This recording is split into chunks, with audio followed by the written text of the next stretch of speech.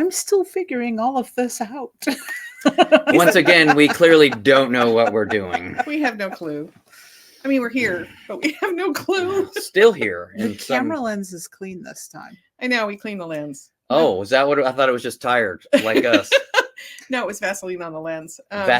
No, I'm not asking you. any questions. Don't you? That's what they did to fuzz out the edges. That's how you get your glamour glow, your glamour soft glow. Focus. Right?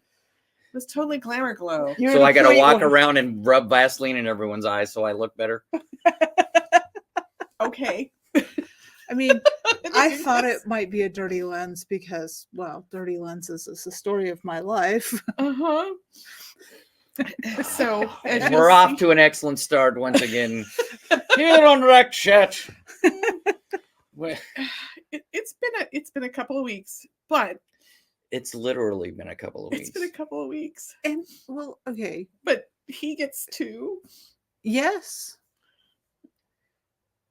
you get to escape this I'm coming home. I'm coming home. I just picked up the truck. What? 20 minutes ago. Yeah, 25 minutes ago.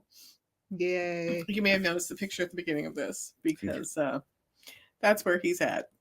So, I mean, if we're going to talk about lenses and the lenses that we see life through, the perspective change from an hour ago to now. I mean, just that where. Yeah. Well, you know what? That's a good point because an hour ago, it was just merely existing, right? Well, I mean, because a lot of people live that way. They're merely existing as opposed to now having a goal. Yeah. Right. And knowing, okay, here's the things I'm going to do between now and achieving this goal, which for me is driving 8 hours and getting home. You have a mission. Yes. Your mission is to get home to your wife. Right. Yes. In one piece. With a truck. With a truck in one piece. Lord willing. Yes. Yeah, she even told me, she goes, just drive the speed limit. We don't, just get here, please. Yep. Yeah. So. I mean, in terms of perspective, so yeah, we were both here in the shop in the blanket fort, and I had just wandered to the back and left Mike to his own, sitting here quietly, looking depressed and miserable. And honestly, though, you've shown remarkable resilience in the face of. It's not my first deployment to a foreign land. Yeah, and if you want to feel like an outsider, walk into a Texas mechanic shop with your Missouri license plate truck, going, "Hi, fellas, can I go home today?" Well, there, fella, could you? I can't understand you. Yeah, so. It's been an adventure. What can we say? Yeah. But I mean, it's actually turned out okay. It's life. It's going to happen. And sometimes the unexpected adventures are often the most fun. Oh, not so bad. And that's what, as authors, we write about adventures. But my husband's thing about adventures is always that they are something that happens to someone far away and that you can laugh about afterwards when they're telling you the stories. It's when you're in them that they're rarely fun. And we do this to our characters. Yeah, you do. We send them on these adventures without thinking through the whole. Okay, so I think is your after action report going to have? And Jim Curtis bought me lunch. And Jim Curtis bought me lunch. Yeah. And Jim Curtis bought me lunch. 11:30 Wednesday, 11:30. Jim Curtis bought me lunch again. Jim Curtis breaks the hatch at 11:35. You still effing here? Let's get tacos. And our fearless leader has entered the room. Hi. Whether or not he's going to engage with us, we'll see. But he looks like it was raisiny today. Was it raisiny today? Oh my goodness, that look. Okay. But we might not get anything verbal. No, I don't think he's verbal yet. But he's wearing an interesting shirt that says something. So anyway, so yeah, I'm looking forward to seeing that because we were also talking about the gifts of adversity too. He's wearing a shirt that says, "Don't make me get the flying monkeys." I love it. It's great. That's an awesome shirt. Summon the flying monkeys. Pull. Paul.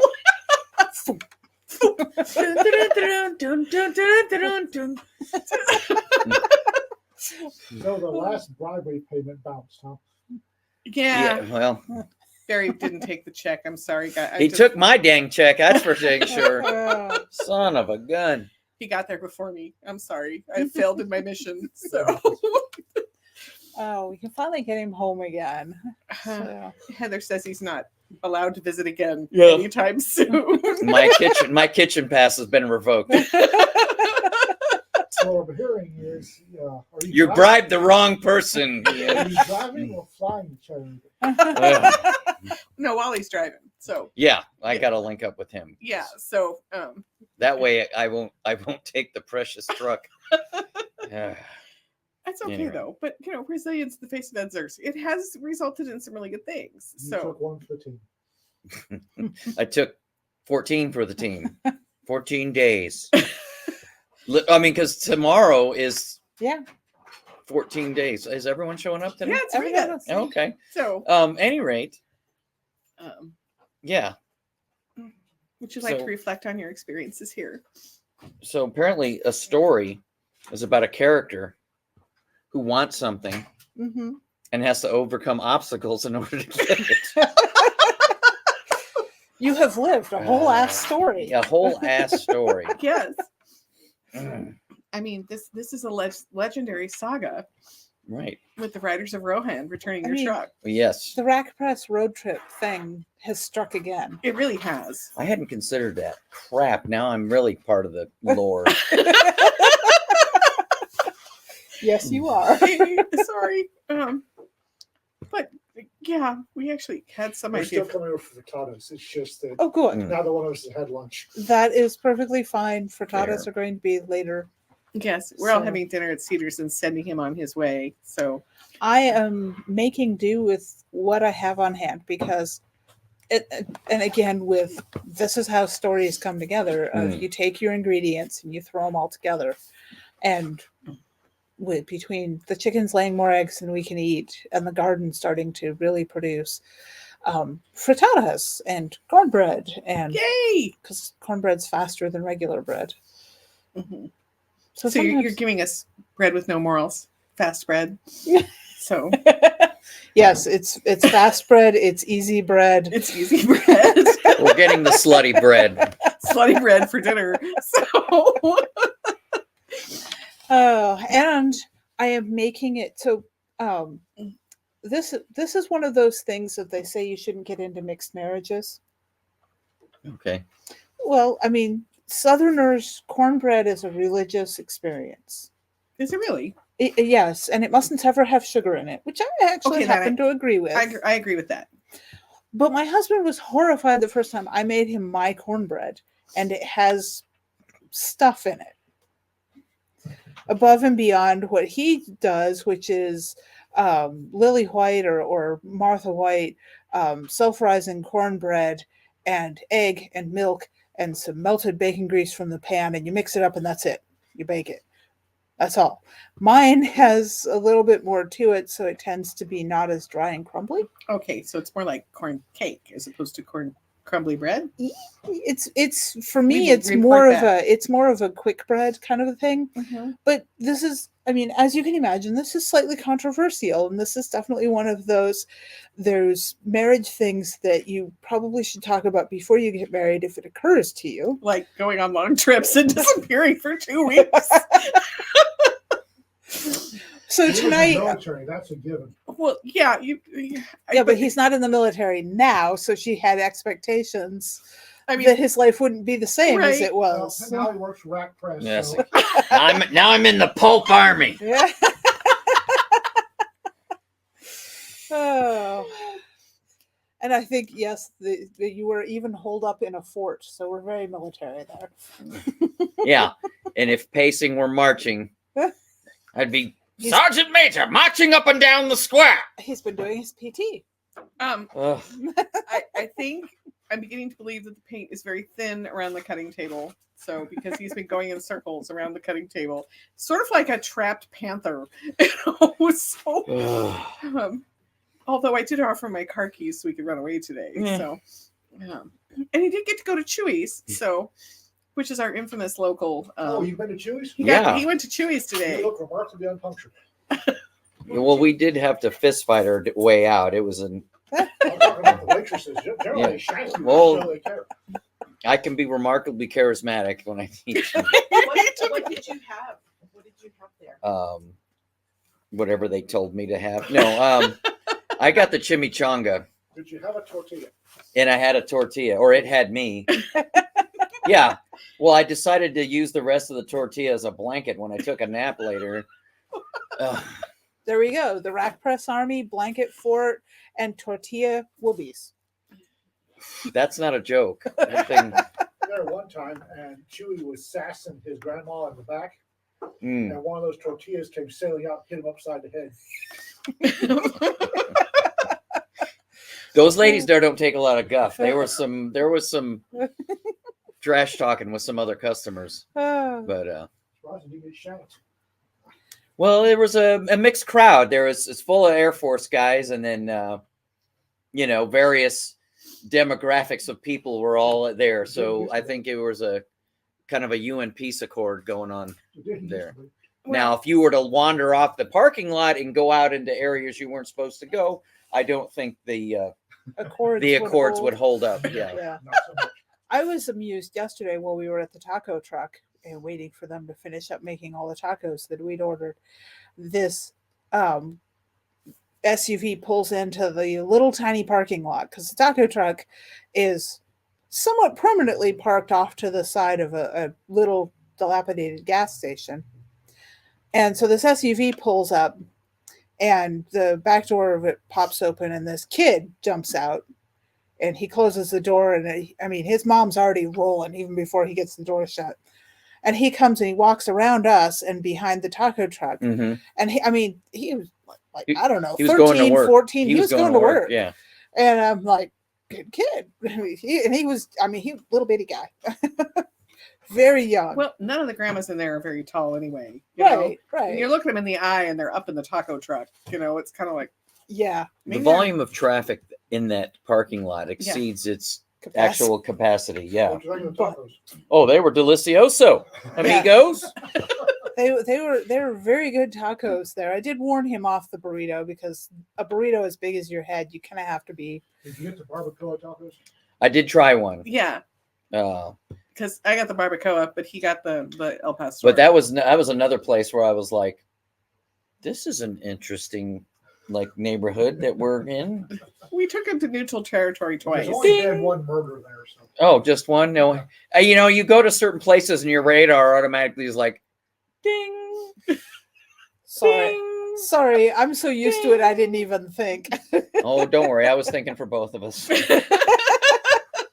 I was more fussy about the gal that had parked at the pumps and wasn't going anywhere anytime soon, and I wanted to fuel up. Folks, check it out.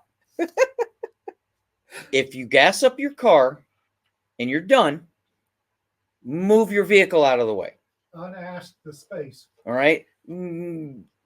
My opinion is when you run off into the store after that to buy something, you're being a selfish ass. All right. Because it's all about you. Gas up your car, Well, move it out of the way. okay, but if you're going to homestead it, put a fence around it. Just fence it off if you're planning on staying, so people know and they don't pull in behind you. Well, and here's the thing. Jose's only has one pump. So you can be on one side of it or the other side of it, but that's it. And when you're pulled up there and you just are trying to figure out how to pump gas because evidently you've never done that before, this might not be the place for you to learn that particular skill. And then when you're waiting for your buddy to come back to the store, she could have pulled up. Yeah. Instead of she knew we were right behind her waiting. Mm-hmm. You think the previous owner getting murdered would have been a clue? You know what? We're making a lot of assumptions. She may have been the one who did the murdering, so she may be able to park wherever the F she wants. I don't know. I was waiting there long enough that I basically just handed Mike money and I'm like, go order tacos. She handed me $80. I didn't know how many tacos I was supposed to get. I just pulled the money out of my wallet and handed it to him because the taco truck doesn't take plastic because of course not. No. Well, in that way, the murderer in the vehicle in front of her wouldn't get away with much. Also, I don't know. Tell me you didn't reach the window and grab a salsa before it was handed to you. No, I No. did not touch a salsa. They put the salsas I in was- the bag. I was very That's how they clear. do it. I was very clear with the young lady that it was my first time. Oh, geez. And she was gentle Oh. with you. There was some bimbo that walked up there and started grabbing the stacks of Yeah, salsa. the examples of He this. got hit with a label.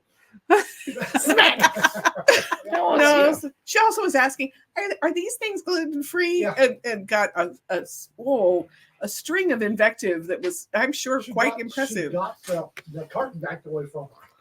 She deserved a flip flop. Yes. This is what The was handy, chancla the didn't ladle. come out because that's kind of a high bar to clear from the inside of the taco truck when And you're you don't that wanna tall. Be in the kitchen with bare feet. No. Well, no, No. but we have asked much of this man on his raconteur road trip. But we have also given him local flavor. That's for certain. I mean, this is a research trip. Oh, is that where we're going with this? Okay. At this point, I thought why we were not? idly just rolling film. Well, we've explored resilience and food, doing food tourism And now we're coming back to perspective and perspective. and changing the perspective on, because you were stuck here for 2 weeks and you didn't bitch and moan about it. You Oh wait, worked. no, you haven't been here in the and- mornings. well, okay. So Yeah, you didn't Where see me I run into could the hear. spare room and cry myself to sleep every night. Aw. No, but I did see the picture of my cat making herself right at home. Yes. I looked at that several times and I was like, wait, what is she on? And I finally processed it. Yeah, She is a lap cat. but it was nice for you to take the squirrel magnet out for the air. Uh, I mean, so yes, it's been. I was just thinking about your adventure, and we really missed an opportunity for all the hashtags for Raconteur Road Trip with you. Well, whatever was. Well, I guess it's technically part of the road trip. well, it's your road trip. I mean, no, we road didn't nightmare. all of us. Again, with the perspectives. Well, of- and it was one of those things. It's not like I knew it was 2 weeks. no, No, It was like every day going. yeah. So does that You know. does it make it better or worse if you know? I think knowing is always better. Did you Yeah. ever see the old Yeah. black and white TV Western, I think from the 50s, called Branded? No. Branded? I no. think it starred Chuck Connors. I could be wrong. Might want to it's a speak lot up like- just so we can get you. Yeah. Speak up so we can hear you. Oh, well, I was saying that it'd be neat to do a black and white Western thing, Stranded. Stranded. Our fair hero. Oh my gosh. Well, I mean, you could tell we're recording, we're all kind of low energy and being silly. And this is a difference from, we did this a week ago. I think it was a week ago. the You'd been first- here. It was the first Wednesday after, and we thought your truck would be done in 2 days. Mhm. Yeah. And we were all optimistic that you'd be gone the next day or the day after. And this is the slog. Wah, wah, wah. But it's interesting how sometimes there's all this beginning energy of like, we can handle this. The problems are okay. We can deal with it. And when you're a week and a half in, suddenly it's not quite so much fun, Right. and you're wondering if it's ever going to end. said every town in the history of siege warfare. Well, it does feel that way. I mean, sometimes we get that way here at the press too. We're like, oh my, well, and that's particularly mine. Is this paperwork ever going to end? Which it never does. No, paperwork will never end because paperwork will be with us It's the nature of until things, beyond the end of the universe right? because you have to do the final forms. I really wonder what the forms look like on your Tyrant Island. So, The forms. right? That's There's another. always paperwork. Plenty of ID-10T forms to fill out. Mhm. Is that a particular military form? Only to new joins. Okay. I do have a thing though. If your tyrant Things you haven't offers told us, Cedar. paperwork-free employment with no forms, I could be recruited. Yeah, that could be. No red tape, no paperwork. I mean, there's a recruitment slogan right there. I'm also not sure John understands what ID 10T I don't. is. I don't. Do you Oh, spell I it? don't- I don't- You should write it If down. you write it out. Okay, I get it now. Yeah. Now, yeah. I had to visualize it because it was like forms make me just kind of fuzz out because don't give me a form. Well, it's just like the yeah. glow stick batteries or 50 feet of flight line. It's one of those things. It's Go to one- admin and get the ID 10T forms. Yeah. It's a snipe hunt. Yeah. We got a pricky 7. Box of grid squares. Good lightning charger. Exhaust sample. Always right. Yeah, the exhaust guys. sample. Okay, guys. Now you have to I'm going to come up with stuff for our new authors when I send them contracts. Headlight fluid. Yeah. As an environmental chemist, an exhaust sample is a thing. And I have collected similar samples, so Okay, then we need an exhaust sample after the live streams. So that's a whole other kind of I know, exhaust. right? It's a whole other kind. I'm an example of exhausted right now. Yeah. Ugh. Well, I mean, it's kind of funny because you've been on this kind of energetic high of Yeah. what's it going to happen. And as soon as you got the phone call, it was like 10 minutes of adrenaline and boom, Yeah. now Sand you're like- out. now Yeah. you're out. Yeah. So, Well, it's probably just as well that you're not going to try and immediately hop in the truck and drive home. Yes. So I think it's better sometimes to take a minute, recoup, and then go on with it. Well, yeah, and I want to be alert and awake times 3 the Yeah. whole time, and Yeah. not, yes, please. Yeah, no, it's I've written a number of different times about the effects of sleep deprivation on decision making and a bunch of other It things. I mean, sucks, but you get used to it. it will not entirely. 96 hours awake. I know you get used to it. Sleep psychosis is, I mean, to be that would explain expected. a lot for Law Dog. Yes, but it wins battles. Well, Sleep psychosis wins battles. Quote of the day. You're not wrong. So, well, because it removes your inhibitions. I mean, when you're in a psychotic Yeah, break, Put your shorts back on. My gosh. that's not quite the inhibition I meant, but Inhibition. Don't master an entire village goes away. Yeah, I was gonna say your inhibitions to commit war crimes. bye-bye. The Geneva checklist. Woo! to quote a gentleman, it's not a war crime the first time.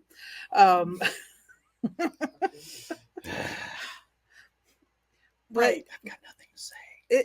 And that's okay. You don't have to have You don't anything have to to. say. Oh, I thought you said it's okay to do war crimes. Well, I mean, it depends. Just don't do it in the shop because I really don't want to deal with the paperwork. And the mopping would be terrible. Yeah, I mean, I do have a cement floor, but I mean, Again, we come back to the paperwork. I mean, really, the villain's lair where there is no paperwork is sounding better. I'm going to tell you, the paperwork on war crimes, holy shit, is there a lot of paperwork. See, busting my illusions.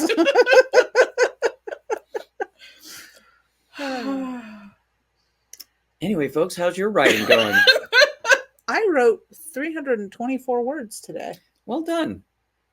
Any word above 0 is a good job, in yeah, my opinion. yeah. I had this little conversation and I was like, Self, you can write 100 words. Yeah. Yes. And I did write 100 words. And then it was like, He's okay, there's more coming. He's not wrong. I wrote fuck 274 times. You wrote 274 words. It's better than just one fuck. Sorry. All fucks and no play make Jack a dull boy. Oh my, that may or may not have been recorded, but I suppose we'll find out. Oh my Just word. leave that one and let the chat tell us if that was Yeah. recorded. Uh, goodness gracious. Actually, this doesn't necessarily go up in the chat unless we do a premiere. So, Oh, thank Well, goodness. comments. What? Comments. Comments. There will be comments. oh, he had a moment. No, but I think, we're joking, but it goes to, how people, sometimes you just don't feel like writing, but it's work. Sorry. Yes. Like we're doing it for fun, but it's Yeah. to achieve something. It's work.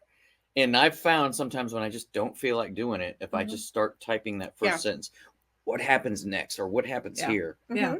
Next thing I know, 300, 400, 500 words later, I've, made a little dent. Absolutely. And that, I knew if I made myself sit down and I was telling myself all it has to be is 100 words, Right? I knew that it's because this weird push-pull of you really don't want to do it and you're just dragging yourself to the keyboard.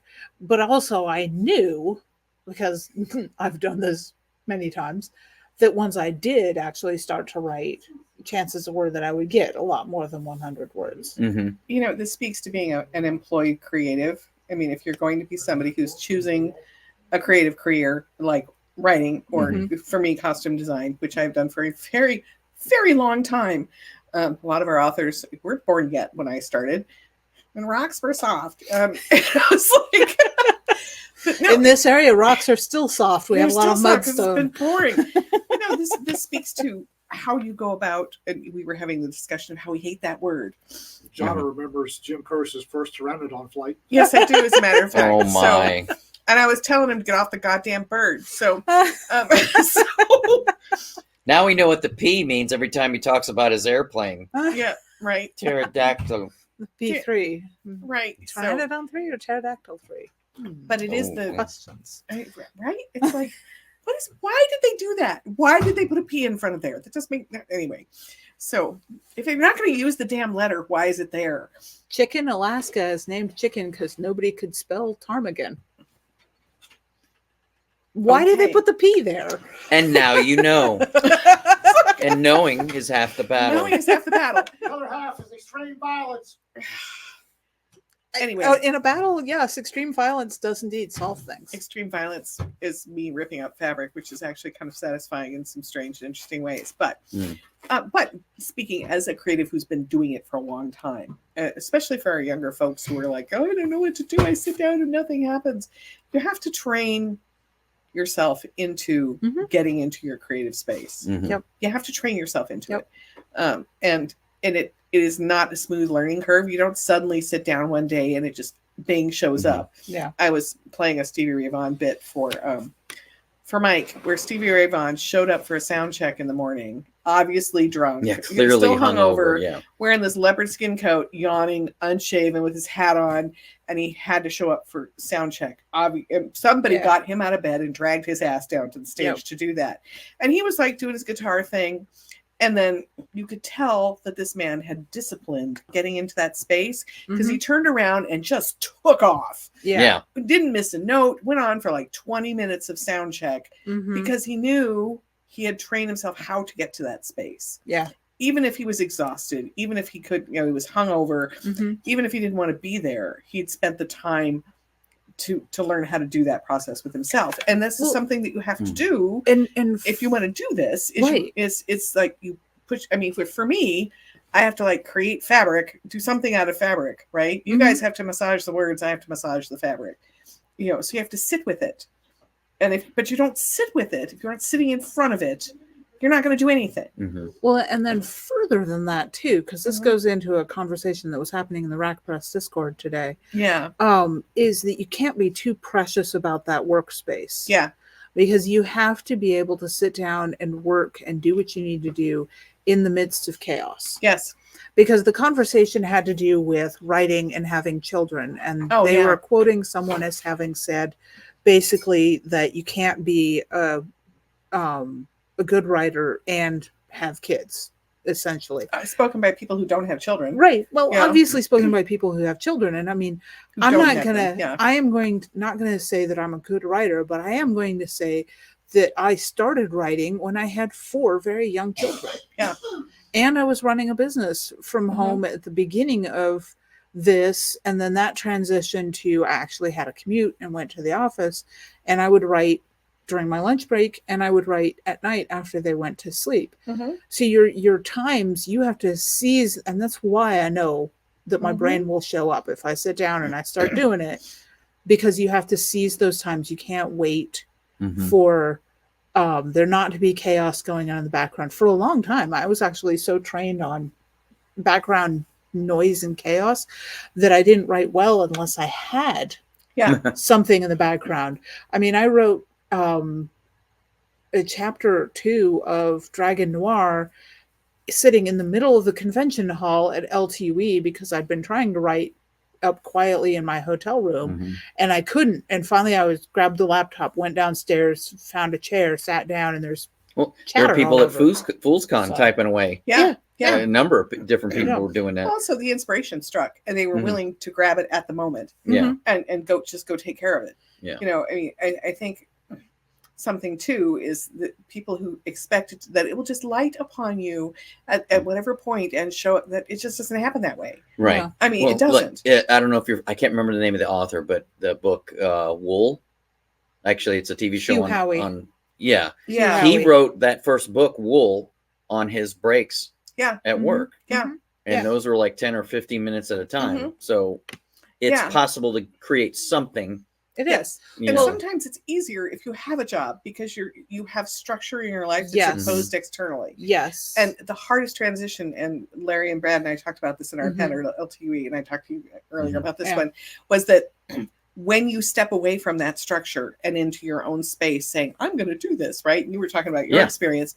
Suddenly, so many other things can happen and get in the way of it because you are Mhm. your own worst employee. Yeah. yeah. You really are. Because if you can put it off for another day, you're going to. Well, and Right. oh well, this thing got my attention. Oh, I have to do that over there. Or Mhm. somebody called, or Mhm. you know, well, you know, I really do need to hang up all my clothes. You know, it's easy to give yourself the excuses to not sit your ass down. Mhm. Yeah. You know, and then one day goes by, and then the next day goes by, and then you're like, well, you know, I haven't written for a couple days, and you start guilt tripping yourself, and you know, and you run through those things in your head. When you're faced with being homeless because you don't get your work done, Yeah. Mhm. then it suddenly focuses your intensity, you know, but it's easy. I mean, I know writer friends who, because their husbands have great jobs, you know, give themselves all kinds of excuses not to actually work and to not focus on what they need to do because it doesn't have to pay their bills. Yeah. You know, I mean, so they don't get the sense of urgency about the work. Mhm. And they let their ideas well, it's sort of like my mother's fabric stash. All the ideas stay on the shelf and never see the light of day, and that's a Yeah. sad and sorry thing. So And We I- want to see your ideas. Write them. yes. yes, don't make And- us write Sarah McLaughlin songs for them. For me, So one of the things that I tend to do a lot of is I'll get myself all wrapped up in a stress ball. yeah, And just I'm good get at that. super anxious sometimes about stuff that I don't need to be anxious about, and sometimes about stuff that I should be anxious about. Well, yeah, But and that's probably the hardest thing, is for me to cut through that into, okay, I actually have the headspace to be able to, I'm not letting it expand into every so portion of how my do brain. you cut through that? What techniques have you used? So I have certain things that I do that calm me. Today I took the camera and went outside into yeah. the garden, and Yeah. I was going to do what I call a bug safari, where I am doing macro photographs of insects. Mhm. And because I'm so laser focused onto this teeny tiny little point, and I'm looking through the lens at it and trying to get everything to focus, shoot, refocus, shoot, to try and get a decent shot. I mean, I'll take 100 shots to get a decent one when I'm Mhm. doing, because it's all freehand and the bug's moving, the wind's moving. So your focus gets it pushes everything out.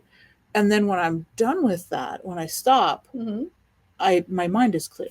Well, that's good. And because I have hyper focused for a while, and I don't know, I'm sure there's a mechanism there, but for me, I bake, which is somewhat of a similar I was going to say we hate that process. part Yes. so much. Well, when I'm stuck, my husband would come home from work and sniff and go, "So you stuck on the story?" Let's be stuck on Because the story. I would be baking or cooking, because again, with the it's a creative in a different way, and I'm focused yeah. on what I'm doing. Yeah, it's a really important thing. So yeah, is stepping away from if the words we were talking about this also on the Discord. Mhm. I think it was Tiffany was saying that, or somebody was saying that they just know words were there because they had other things going on. It's like, go do something else. yeah. Go do some other creative muscle, because it's like when I could not sew, I went and because I cannot draw to save my life. I went to a couple of painting parties where you drink wine and you smear stuff on a canvas, and it was remarkably energizing. Yeah. Because I got to just suck at something for a while, and so. Well, and then the other thing that works for me is physical activity. Yeah. So if I go for a walk, that tends to blow the fog out of my brain. Yeah. And then after that, I'm better able to think. Although for me, that also might be tied into the outdoors is better for me than indoors. So, Mike, do you have techniques, or do you just like run away to your Well, what I've been office? doing the past couple of weeks is I've just been walking out to the highway here and yelling at traffic. holler at the train as it goes by. Nobody will hear you. I hate your mother. Rena's running away. I'll see y'all at dinner. Okay. We'll see you at dinner. But yeah, it's about yelling at things is good too. You do it for too long, your throat hurts. Well, I don't think so with him because he's trained it with what. I deny pain in all its forms.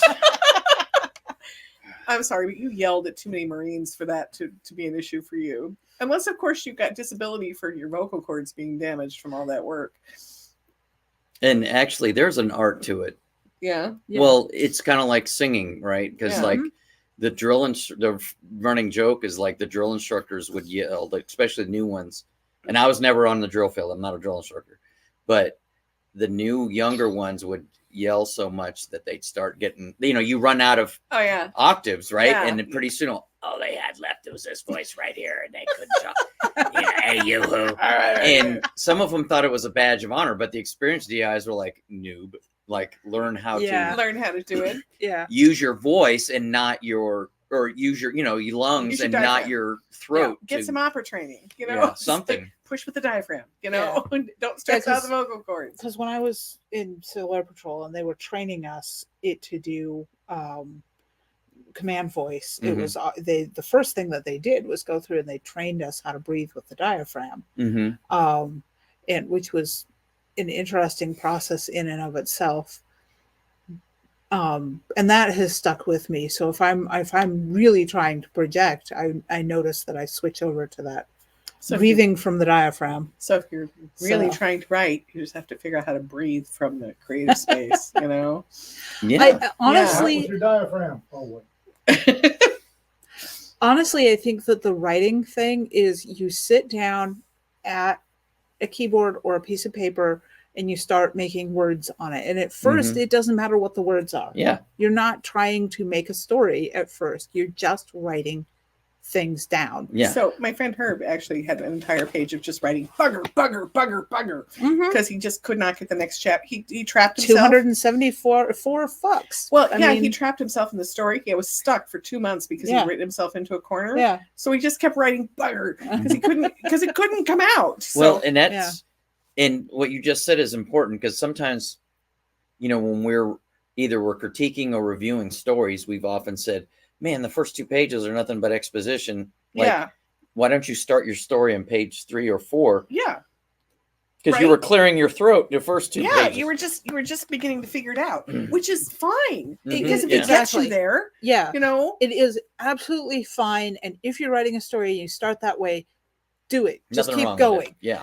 Don't edit until you're done because then you introduce the anxiety that will tie you up and shut the words off. I have to force myself to keep don't fix that. Go back and get it later. You can highlight it. They're fine. Keep going. We did what we so when I was teaching writing in the high school because kids are so self-conscious that they're just afraid to put anything on paper, right? They're just like whatever.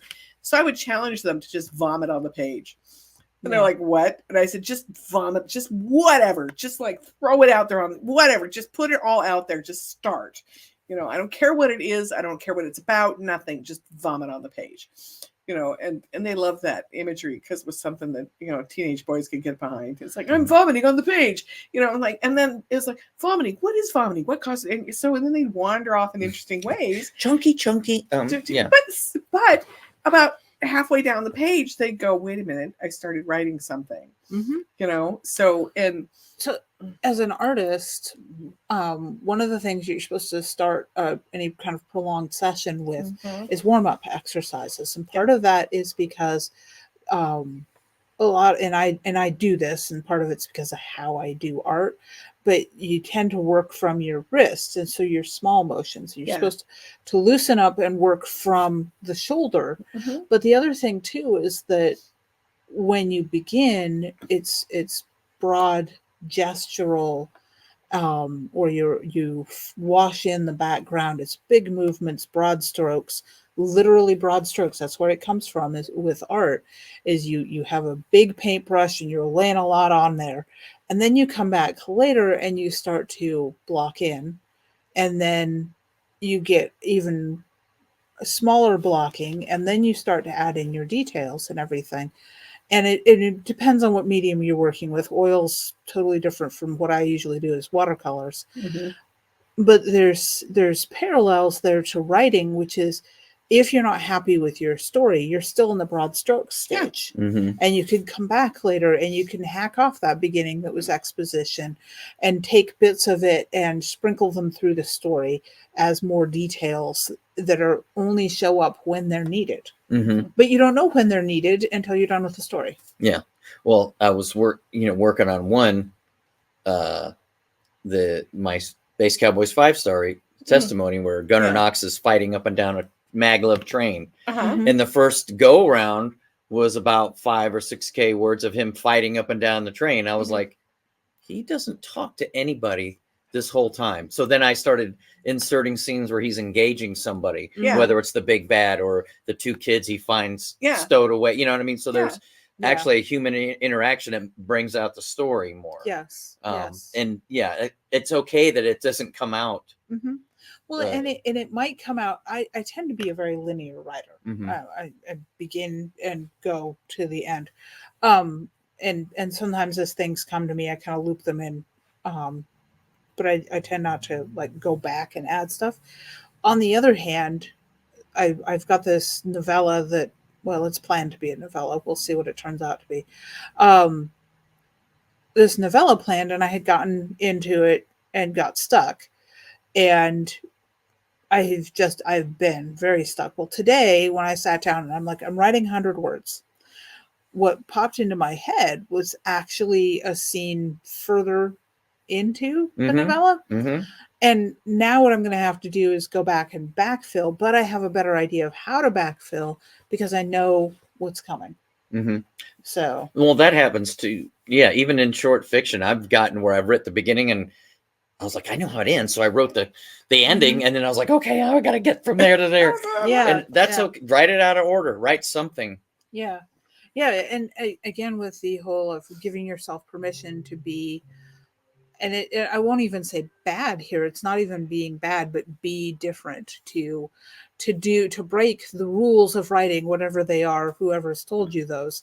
I give you permission to break those rules, because here's the thing. They're not really rules. Matt, are you listening? Matt, break a rule. Matt, break a rule. Break all of the rules. The resulting mess will be beautiful. Yes. Take the mice quotient. Well, some people. If you're doing math to plot your story, sorry, honey, but you're doing it wrong. Well, though, I will say something about that, because Poor Matt. He's sitting there with a bloody nose. Good, good. I'm going to back up on this though. When you're new, especially when you're new to sewing, you have to pay so much attention to everything, to every little thing, because you haven't automated it yet. Yeah. And I still, when I haven't sewn for a while, I have to go back and re-energize the basics. I have to go, how am I doing this? Do I really have to pin this? I sometimes have to pin fabrics because I've lost the touch for holding the fabrics. My hands have not warmed up, so I have to return back to the structure of sewing before I can just go get into the flow. Yeah. So, and when you can spend a lot of time learning the basics, but learning those things, Mhm. but there's a point at which you just need to fly, be free. Yeah. You know, Well, and we give because Matt you a know hard that. time, Yeah. but he's not doing it wrong. No, He's not. doing what's He's going to working- work for he- him, and that's Yes. how he's going to arrive at, And at the that. most important thing is when he finally has internalized those so much Mhm. and steps over into the just doing it. Mhm. Yeah. You know? Yeah. But that takes practice of sitting in front of the computer and doing it. And you it know? and it takes exploring those different Yeah. tools. Yeah. So he has to take time. Well, Matt, sorry, you're being your example today. Yes, I know. Any new writer has to take the Yeah. time to explore different rules, different techniques, different tools. Mhm. Yeah. Yeah. I mean, I have had conversations over the years with friends about one book that wanted to be written this way and another one wanted to be written in that way. And by that I'm saying like one book might want to be written in the Word interface and another one in Scrivener and another one longhand in notebooks with a fountain pen and purple ink. Yeah. I mean, there's So in swordplay, have you heard the term pushing the sword around as opposed to letting the sword lead? Mhm. mhm, Yeah. Sometimes, very often, you're trying to push the words around yeah. when you're on the wrong end of it. Mm. You need the words to pull you along. Mhm. You know, use the weight of the story to pull you into what you're doing, as opposed to trying to force it. It's like someone trying to force the fabric. If you try to make it something it's not, Mhm. it'll punish you in a big Well- way. So And to go to the Space Cowboys theme, Yeah. when you're herding cattle, you can't force them to go too fast or they'll lose weight. Or they'll get obstinate. But if you gently nudge them in the direction they're going, so your words are not completely Yeah. formless just all over the Mhm. place. it's like herding cats. Cats and cattle. Herding And cats second and cattle. lieutenants. Yeah. Even cats, I mean, I have no experience with second lieutenants. Thank God. But even cats can be herded, but they tend to respond better to somebody being in front of them with one of those little ribbons on a stick. Yeah.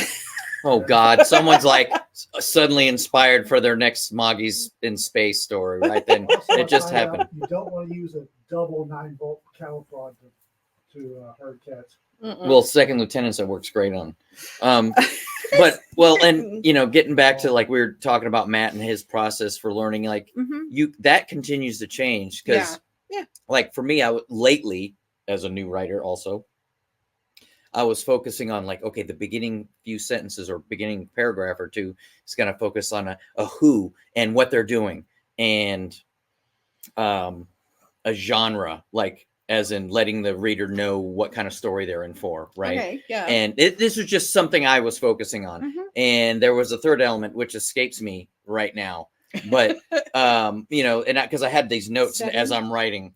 Well, just they're doing something. They're in a place, and you're letting the reader know, oh, this is steampunk or this is sci-fi. Yeah. You're setting the frame. Right. You're kind of framing what's going on. And then Lee Allred puts out a thing going, you don't have to do any of that crap, right? And both are the Lee's correct way to awesome. write a story, but Yeah. it tells me like, okay, clearly it's time for me to move on to the The thing. Next step, The right? next step, Yeah. right? Because you've kind of internalized that one. Mm-hmm. Well, Like, you've built a foundational piece, Right. So, and sometimes, and maybe it's just me, but sometimes you'll wind up doing things out of spite. Because one of the criticisms of my stories has been that I don't describe the characters well enough. And I actually did work on making sure that happened. But also, I read the Continental Op stories. And so now I have actually written multiple stories where you never even know the main character's name. Mm. Because in the Continental Op, that's why they call him that. You don't know this man's name. You don't know what he looks like. It's so in his head, and he's such this hard-boiled detective type. He has no self-analysis, self-reflection. Mm. Heck, I'm not even sure he's got a reflection in a mirror. And that because I encountered those stories, and I had this of what do your people look like, and what is their name, and so I was like, oh, let me see if I can. And I mean, Well, the other side of that is too much. Yeah. Right. Like You can sprinkle it Yeah, you can throughout absolutely without sprinkle it. saying, his cleft yeah. chin dropped as his thin lips turned into a sneer beneath the pencil thin mustache on his olive skin. Like, dude, stop. What? So when you do stuff like that, you automatically set up reader expectations for a certain genre and style. Mm. And it's a much more old-fashioned Don't be style Agatha than Christie. I mean, swear to God, we knew how many hairs were turned up on Poirot's mustache. So some of that she was doing on purpose. I know, but still. But yeah, there's definitely a repetition is too much. But 19th century authors did a lot of that Well, kind that's of why thing. Hemingway was such a shock. Yes. Just because he didn't. And Right. currently, people don't get why Hemingway was such a big deal. But that transition from that thick, heavy, overdone prose to Hemingway with Hemingway could spareness. tell you what was going on in the scene Yeah. without saying what was going on. Like, was like Hills the Like original- Elephants, right? He was like the original Yeah. 50-word You story know, guy, yeah. So in how spare it was, I don't particularly care for his writing, but understanding that transition Mhm. and what it meant. And Frederick Brown does He does the more same of thing, that yeah. same kind of thing where he's got some really short stories that are absolutely astounding and well worth studying.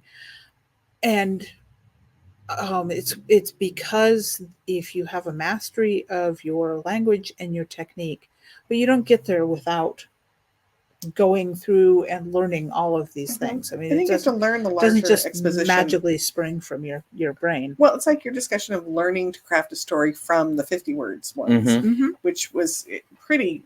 It was like, yeah, there you go. You can find that on Substack. Go Well, to it's on Storytelling Substack. Skunk Works. Yeah. Yeah, it's true though. I mean, 'cause Yeah. you did learn a lot. That Oh way. yeah, that lesson is pretty much the framework for how I approach my short fiction right now. Mm-hmm. I Yeah. need these things, and that's just the start. Okay, Yeah. and then I fill in the rest. Mhm. Yeah. So, And it translates well eventually into being able to write longer. When I started writing, I didn't think I could write anything more than about 2,500 words.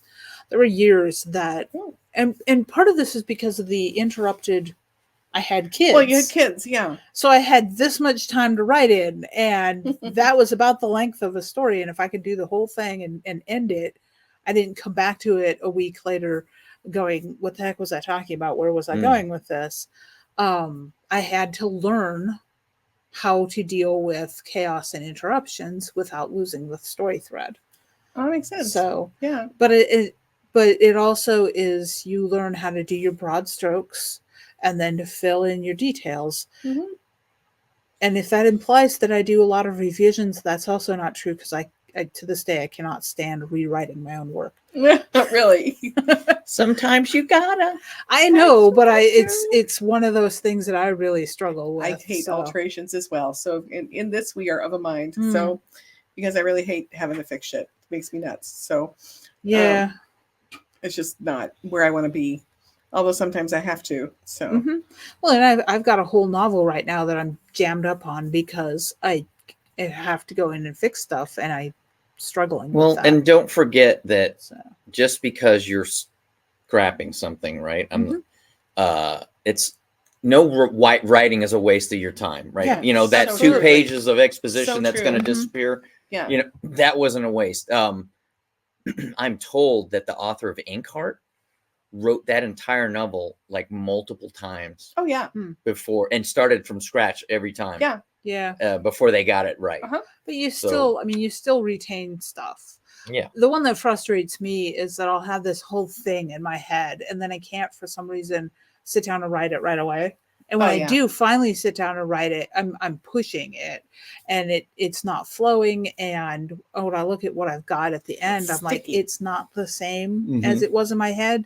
But I can't remember what was in my head well enough to make it match the magnificence that was there before I lost What it. I hate is this cool idea that works up to a point, Mhm. and then I just don't know what happens next to make it a story, right? Yes. Like the office scene we were discussing, Oh yes. right? The Right, League you're of like, Tyranny's office scene, and I'm like, now Now what do I do? what happens? This was very funny, but it's not a story. Well, and then that's the thing where you then go to your group. yeah, You go and and brainstorm out, okay, I'm stuck here. What do you see that I may have missed in this story? Mm-hmm. Because you may have something in there that tells you where you're going, Mm-hmm. but you just can't see it because you're too close to it. Well, and if they're like, well, I think this is going to happen next, your brain might be, well, like, no, that's wrong. And it's this happens instead. And then all of a sudden, you're and there there. you are. Yeah. But bouncing off of other creatives is an excellent way to solve that issue. I mean, because Lord knows when I did Mowgli Jungle Book Ballet, similar kind of thing. I was put into a whole new category of costume construction that I was not familiar with. Because I'm color blocks, I like solid things. I don't like to mix patterns. And if you see me, I generally am in solid colors all the time because that's where I live, right? Mowgli was completely different. I had to mix all kinds of patterns and things. I was so uncomfortable. Yeah. So uncomfortable doing that show. And it was like my first huge major show. But thank goodness I had all these wonderful people in the shop. So I could put something together and say, does this fit with what I was talking about? And what do you think? Because I'm kind of concerned, and being able to just talk through the ideas of what I was trying to create in an overall scene. Because what I do the same thing. I do storytelling, but it's in fabric on the stage, right? And getting through each scene and trying to represent it as well as I can with all the fabrics and textures. And having that space where I could just go, did I hit it? Are you guys getting what I was going for? Made a huge difference. And it allowed me to learn at the same time. So that collaboration on top of that can be such a wonderful that's one of the things I like about the Raconteur Press gang of authors is they all do that together. You guys are all out there going, okay, what do you think, guys? Well, let's trade. The critiques you guys are doing is just and being able to joyful. It's just joyful watching that go on. Being able to find a group that you can collaborate with will help a lot. And if you can't, there's always well, no, it's not that. There's just times in your life when you might not be able to find them yet. They're out there. Keep looking. But and then the other thing that I'm going to throw in, which is what I do if I'm stuck, and I don't know where I'm going with the stories. I'll do Raymond Chandler's In Walked a Man with a Gun. What? Only it's not always a man and it's not always a gun, but there's Could you explain this more? Because I don't know what you're talking about. He talks about when Raymond Chandler would be stuck in something, he would have a door bang open and in walks a man with a gun. Okay, yeah. Because then things happen. I mean, this is propelling conflict like into your Sims space. I'm a little worried about that because that's pretty much how all my stories go. Okay. There's nothing wrong with that. I mean, but if it works, I love reading stuff like that. I was like, that's brilliant. Oh crap, that's every story I've ever written. But here's the thing. It doesn't always have to be a man. It doesn't always have to be a gun. He doesn't always have to come through a door. But it's the sudden unexpected conflict and change forced into whatever the character is locked into this space of whatever it is. Right. And I'm joking, but now I'm, about that, but because, for instance, my stories do have a lot of action. Yeah. And sometimes I'm trying to resolve this problem a different way. Right. Yeah. Like, two guys who are squaring off over a cat. Right. Yes. On a space station, and in comes a little girl, right? Runs into the room, right? Daddy, no. It's in walks a child with a cry. I mean, right. Yeah. In walks a conflict that was unexpected. Yeah. They can go any direction. Like I said, it doesn't have to be a man. It doesn't have to be a gun. But it's the same thing and into the scene comes, and if you think about it from a theater perspective, you have enter, stage left, whatever. And I mean, it could be totally random if you're doing humor. So enter, stage left, elephant. With Howdah on his back. Someone is out there like Moggy's in space, elephant, Howdah, laser cannon. Well, yeah. I mean, so. Moggy's in space, elephant, and that brings to mind when I logged into iNaturalist today, because I'm uploading bug observations. today's photo of Now the day there's a on phrase. iNat. Nerd. Oh yes, gleefully That so. was such a nerdy statement, Cedar. That was just so beautiful. I mean, where else would you get a phrase like, so what is Moggy's space elephant uploading bug things on iNature? Oh my God. It was beautiful. The photo of the day I'm taking your today lunch money was after taken this. in India, and it's it's 3 God. tiger cubs, and they're Hmm. mostly grown tiger cubs, and 2 of them are doing the play leap. Mhm. And this photographer got, and the one in the back is kind of lounging. This photographer got these 2 tigers Oh, I love it. launching at each other, and so Moggy's in space, elephant with Howdah, India, and this image of, gosh, you could do uplifted tigers in space, and there could be an elephant involved. Why not? Chasing bugs. This I is don't how think you're gonna stories do it, happen. Jesse. I don't think you're gonna do it. This is how stories happen. This is this It collaboration is. and, I mean, and No. sparks the of weirdest stuff connection happens here. that well, suddenly happen in your brain. whereas Mike's like, okay. I hope I don't have And to edit Jonna that and one. Jonna's thinking, as long as I never again have to do that plushy fur stuff for a costume. No, okay. So this reminds me of doing.